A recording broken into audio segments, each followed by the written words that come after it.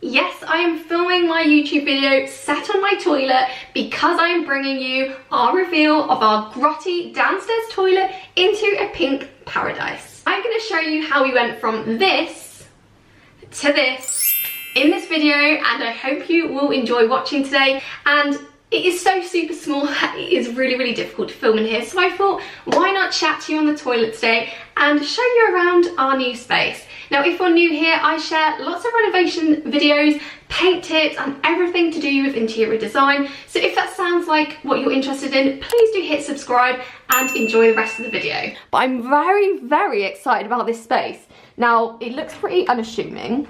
You've got one of these concertina doors. And basically, it's just a small downstairs toilet. Very old plumbing again. Only toilet actually that flushes in the house. One of these beauties. But this, I've planned this entire scheme, which I'm really excited to share with you. And I just love downstairs toilets because I feel like you can be so creative with them. It's a real opportunity to sort of just be creative in a small space.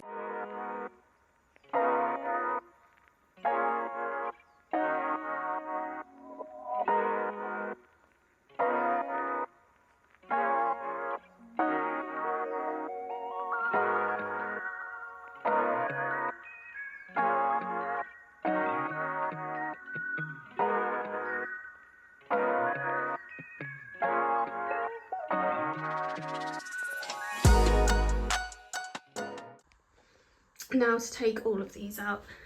Slightly regretting my towel choices right now, but it's gonna look so pretty. Your first glimpse into our new downstairs toilet.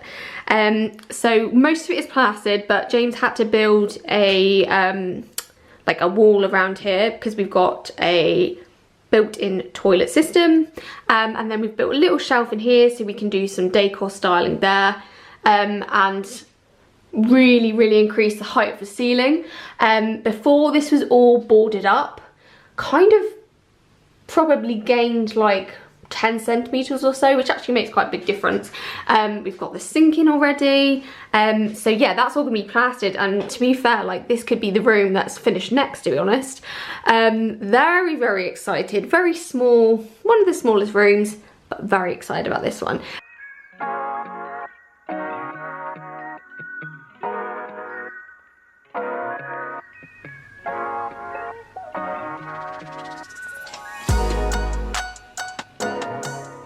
Absolutely love this flooring. I'm so glad we went for this.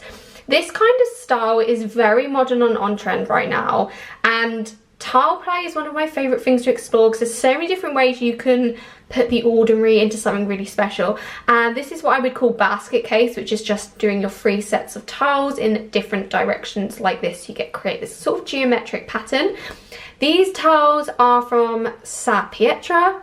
They are not the cheapest, I will say. They were the best that I kind of found. They've got this gorgeous sort of like different kind of variation finish to them, which I really liked. Because this was a small space, I knew we didn't need much, which is why I would have gone for them. If it was a small space, if it was a large space, there's a couple of reasons why I wouldn't do this tile style, because it's very geometric and it's going to make a large space look even smaller. But in a small downstairs toilet, you can really get away with a fun design like this. And it's also so many tiles. If you're tiling yourself, it did take us quite a bit of time.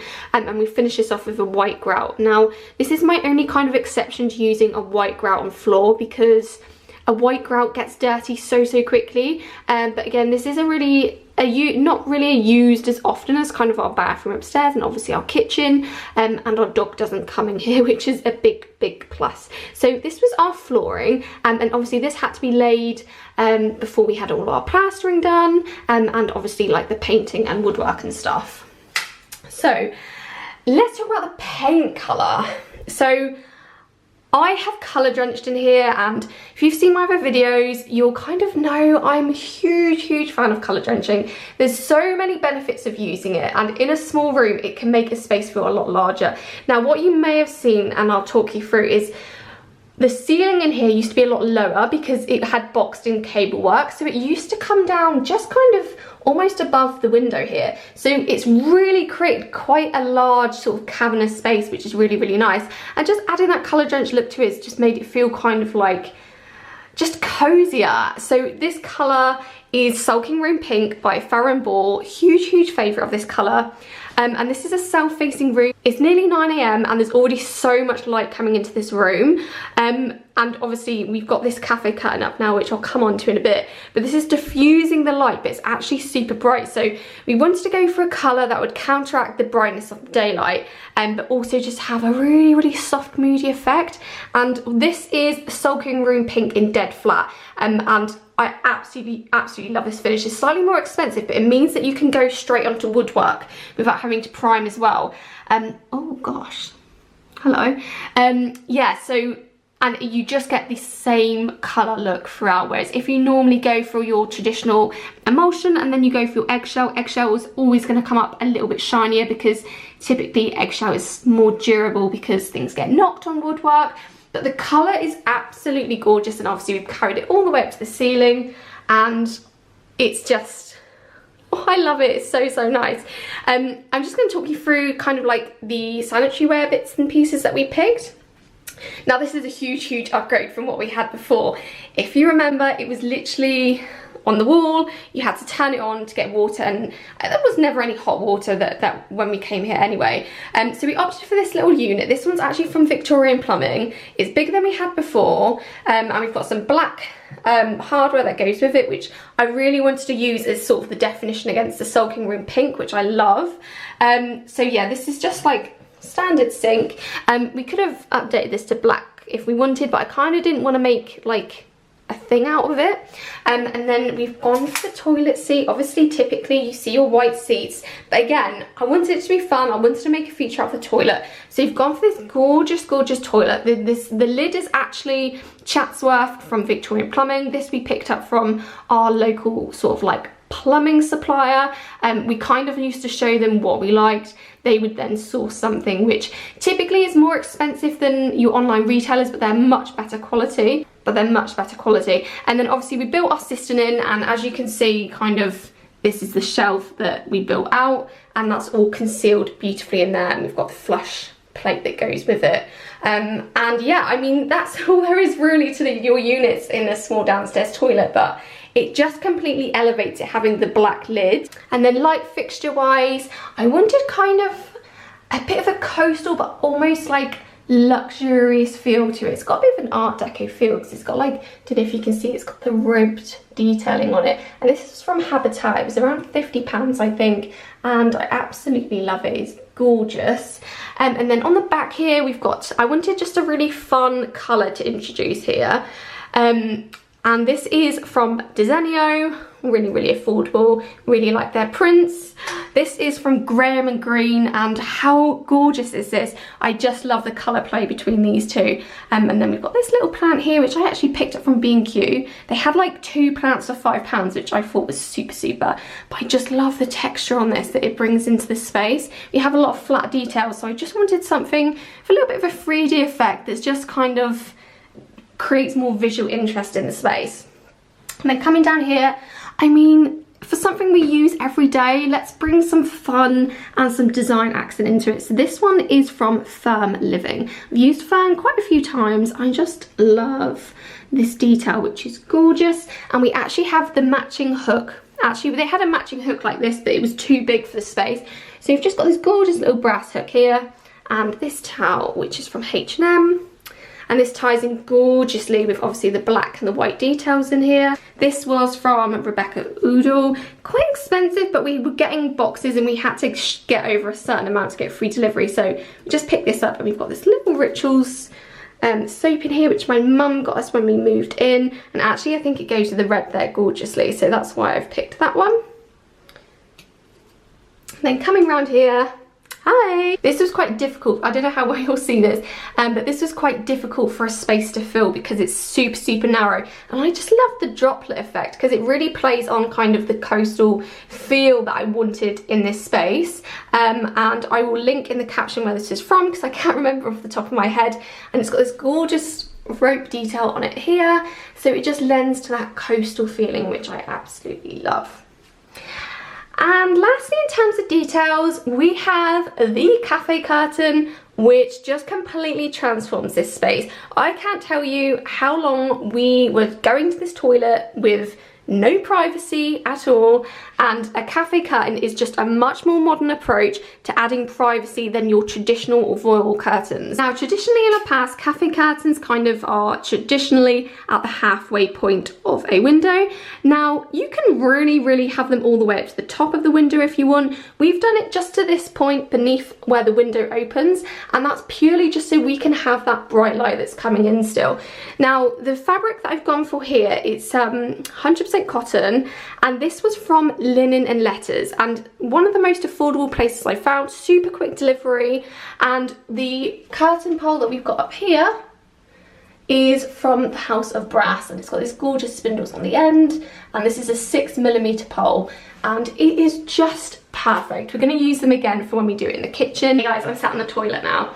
Very multi-purpose space. So the reason that I went for the cafe curtains is because it brings instant privacy, yet it still allows the light to be diffused, so it doesn't make the room any kind of darker. And obviously we've got the light coming in right at the top still, so we don't actually miss out on any of that sunny south-facing light. And if we were to add something like shutters completely take away any of that immediate light, especially at the upper part of the window.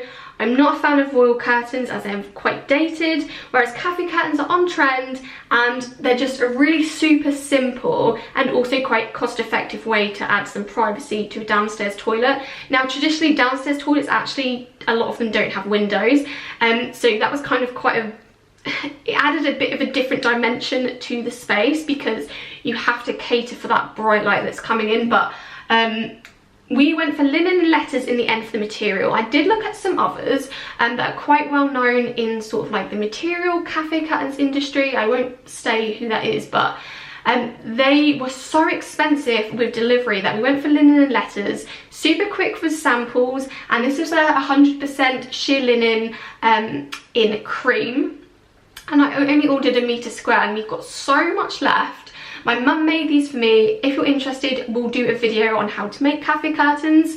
And yeah, the pole is from the House of Brass, and I think the pole and the spindles came to about £25, which was by far the cheapest place that did anything like that. Everywhere else I was looking at was like £80 to £100, and obviously you are looking at solid brass, but you kind of can't see the pole, so it kind of works absolutely perfectly for this space. And the last thing that I actually haven't shown you yet, how cute is this? Now, I was kind of toying with the idea of keeping it closed, keeping it open and stacking toilet rolls in it, but I just love the simplicity of this bin. You have one in the bathroom upstairs, and they are not the cheapest things. This is from Rebecca Udall as well, but it's just gorgeous. I really love the simplicity of it, and I've never seen a nicer bin, believe it or not. But I think that's kind of all the details in the space.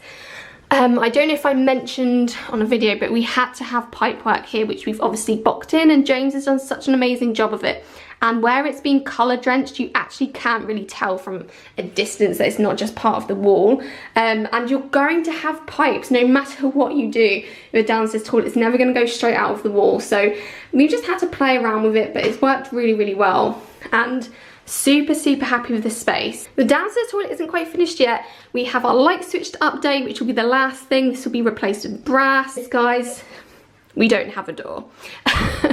And as you'll remember from the start, it was actually a bifold here before, and we'll be putting a bifold back in. It will be colour drenched in the sulking room pink as well. But until that point, we're not completely going to the toilet in privacy just yet, but if anyone's done a reno, you'll know that doors always tend to go on last. But I just wanted to keep it real and say, this is kind of still a work in progress, but gorgeous from the inside, and I hope you'll forgive me for that. But I really wanted to share this reveal with you because it just looks amazing, and I just wanted to show you what you can do with such a small space. Like, you do not have to have a huge downstairs toilet to make it a beautiful one. For now, it is bye from me and my downstairs toilet. I really hope you enjoyed watching our reveal today. Please let me know in the comments below what you think of the transformation. I'd love to hear what you think, and if you've got any questions about bits I haven't covered, please do leave those below as well. In the caption below, I've listed everything that I've mentioned in this room today, but I really hope you enjoyed watching it from me and my little downstairs Lou, and I look forward to seeing you on my next video.